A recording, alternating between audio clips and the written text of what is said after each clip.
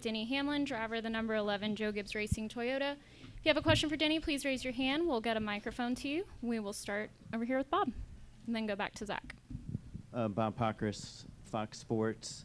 Is 2311 going to appeal the fine to Bubba? And what did you think of NASCAR's decision to fine him in light of what he did and maybe what, not finding what Chase Elliott did?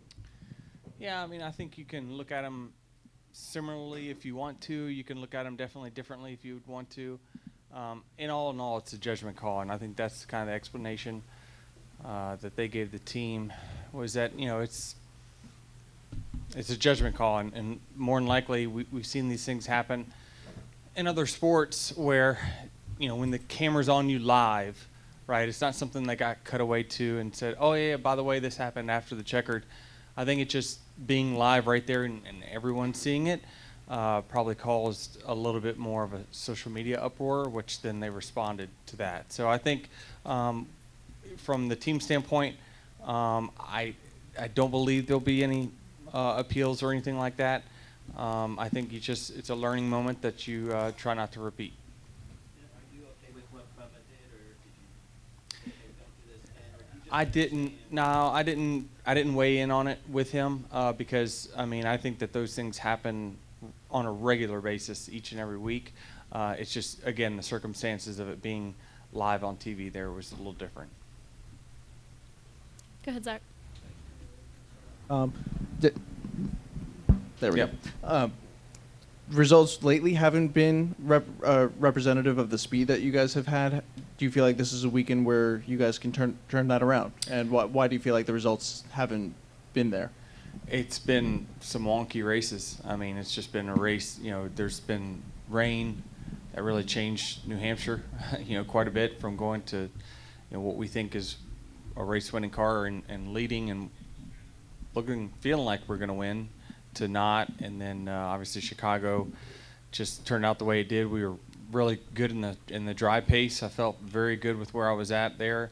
It went to rain, and then New Hampshire or Nashville, we all saw what happened there at the end. So just, some different finishes for sure, where this racetrack usually plays out in a more predictable manner than what those others have. Surely weather can be a factor in things like that, but you just feel like at this track you typically get an idea of, the best car usually wins here more often in a higher percentage than it does at those others. Go next to Kelly. Kelly CrandallRacer.com. Denny, have you seen the big banner exiting the garage, the Mavis? I've seen it on social, yeah. Okay, so where I was going with that was, given everything that happened last year, do you get a chuckle out of that the fans now have to, it's you and your car up there welcoming them back? Yeah, I love Mavis for it, for sure. So, yeah, certainly, playing to the market is very, very good, and especially at a racetrack that they know I've got a really good track record at. So I'm glad them and the track were able to work something out there to make it all to, poke at the fans a little bit.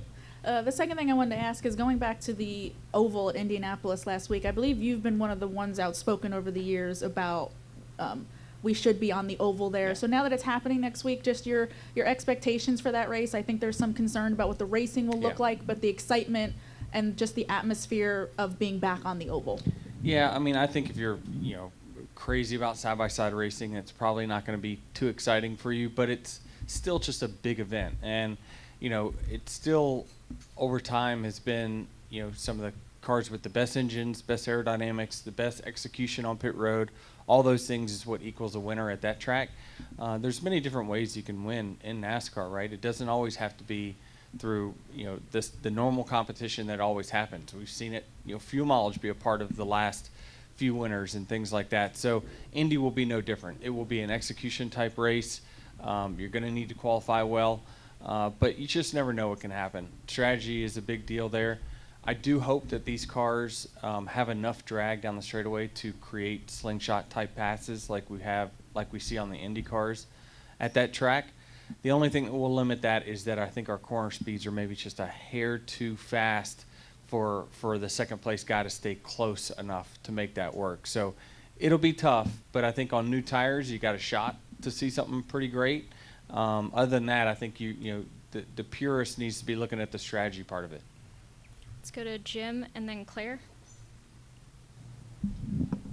Jim Hunter, Motorsport.com. Sort of related to Kelly's question, before the next-gen car and before the Indy road course, there used to be a lot of talk that people who did well at Pocono also did well at Indy or vice versa. I wondered if you felt that was ever true for yourself, and is it too early to tell whether that might still hold true with the next-gen car? I think there will be similarities for sure. A lot of it is just because of the long straightaways, the corners, the angle of the corners are not all that different. When you look at turn 2 here at Pocono, the way you approach it would be very similar to what you approach turn 2 at Indy.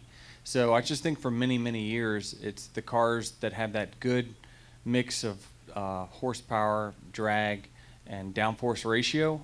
You take it to this next week at Indy, what you took here at Pocono, and you're going to see a lot of similarities. So I do think that you can draw some of those conclusions. You have 54 Cup Series wins, one more, and you would tie the NASCAR Hall of Fame record of Rusty Wallace for 11th on the all-time wins list with 55. A lot of wins. Do things like that matter to you? Is that a big deal? Yeah, I mean, it certainly is. It's where I've shifted my goals in this, in the final years of my career is to try to get to a big win number, get inside the top 10 of all-time winners, and so that's the goal that I can achieve week in, week out, right? I mean, certainly you always have goals of trying to win a championship, and that goes over a long period of time, but week to week, right, that's what fuels me to continue to go to the racetrack and do this grind every week, is to try to keep nailing down victories. So yeah, to me, I think that when this is all said and done, all these different formats have changed, cars have changed over time, but the wins still stand as equal. So I think that those are why I value them so much. And a quick follow-up, 54 wins and wanting to get 55. What does that number mean to you? What did you think you would get by this time? Like, that's a large number of wins. Yeah, I mean, I think certainly 4 to 5 years ago, my number would have been 50, somewhere in that range.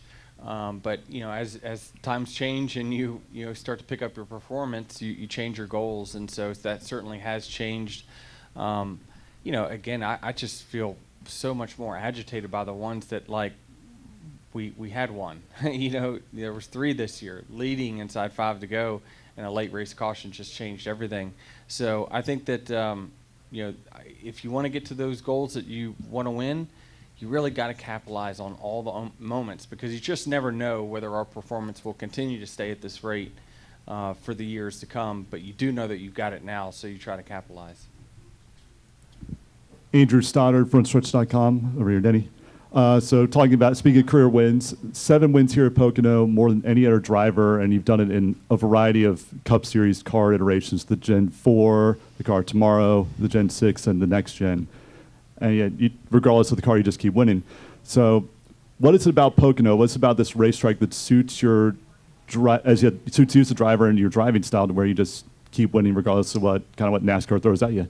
Yeah, I mean, I think that I'm a part of it for sure. I mean, you can't not draw that conclusion, but I just think this track in Indy, for whatever reason, it's just always been the telltale of where does your team really stand. Because you have to have such good execution on pit road, your strategy has to be good, and you have to have those 3 things: low drag, high downforce, high horsepower. Like, those are the things you have to be fast in the Cup Series week in, week out. And this track in particular just really magnifies it. And so I think that I've just been blessed with being with a really, really good team that figures this out. And certainly over time I've given them the information that they've needed to build me fast cars. So I think it's just my driving style of being typically easy into the corner, hard off the corner, works when you got these long straightaways. All right, thank you.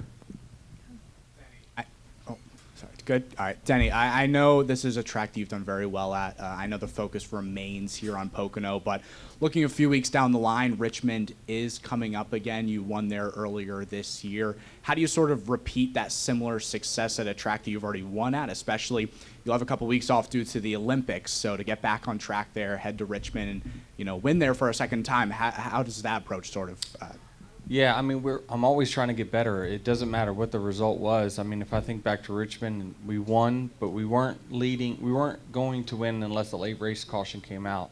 So I think that there's some improvement to be made there, and we've already kind of gone over what we need to do to be better there. And then once we start preparing here in a few weeks after the break, we'll treat it just like a track we've never won at, and that's focusing our full effort on bringing the best car we can, and me making sure that I do what I need to do in the car to keep winning at that track. So I think that this is a never-ending cycle, and as much as the cars look the same, we've been here now 3 times with this car. Every time setups have been different. Things have always changed. If you change the weather 10 degrees at this racetrack, we're going to have to go back to the drawing board and come up with something new. So we're never just kind of resting on our laurels and saying, well, we won there last time, we'll be good. We still have to put in the same amount of preparation week in, week out to be good. All right, we have time for one more question. We're going to go to Zach.